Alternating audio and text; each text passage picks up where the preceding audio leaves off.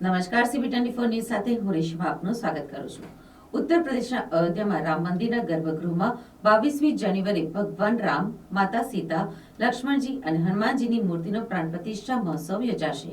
ત્યારે ગુજરાતથી 50થી 60 જેટલા સંતો પણ જશે। તેઓ પ્લેન અને ટ્રેનમાં બેસી 18મી જાન્યુઆરી ભગવાન રામની નગરી પહોંચશે। ઉત્તર પ્રદેશના અયોધ્યામાં રામ મંદિરનું નિર્માણ પૂર્ણતાના આરે છે। મંદિરના ગર્ભગૃહમાં 22મી જાન્યુઆરીએ ભગવાન રામ, માતા સીતા, લક્ષ્મણજી અને હનુમાનજીની મૂર્તિનો પ્રાણ પ્રતિષ્ઠા મહોત્સવ યોજાશે, જેમાં વડાપ્રધાન નરેન્દ્ર મોદી સહિત દેશભરમાંથી 4000 જેટલા સાધુઓ, 2000 જેટલા VIP વ્યક્તિઓ પહોંચશે।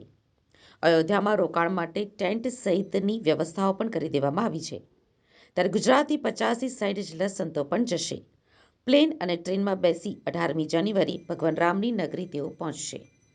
14 વર્ષમાં રામ પુનઃ અયોધ્યામાં પધાર્યા હતા, તો એટલો જે આનંદ હતો, ઉત્સાહ હતો, એનાથી પણ અધિક ઉત્સાહ આજે 450 વર્ષ પછી જ્યારે એ રામ મંદિર નવું બન્યું છે ને એમાં રામલલા પધારવાના છે, એટલે ભારતીયોના હૃદયમાં આનાથી કોઈ વિશેષ આનંદ હોઈ જ ના શકે।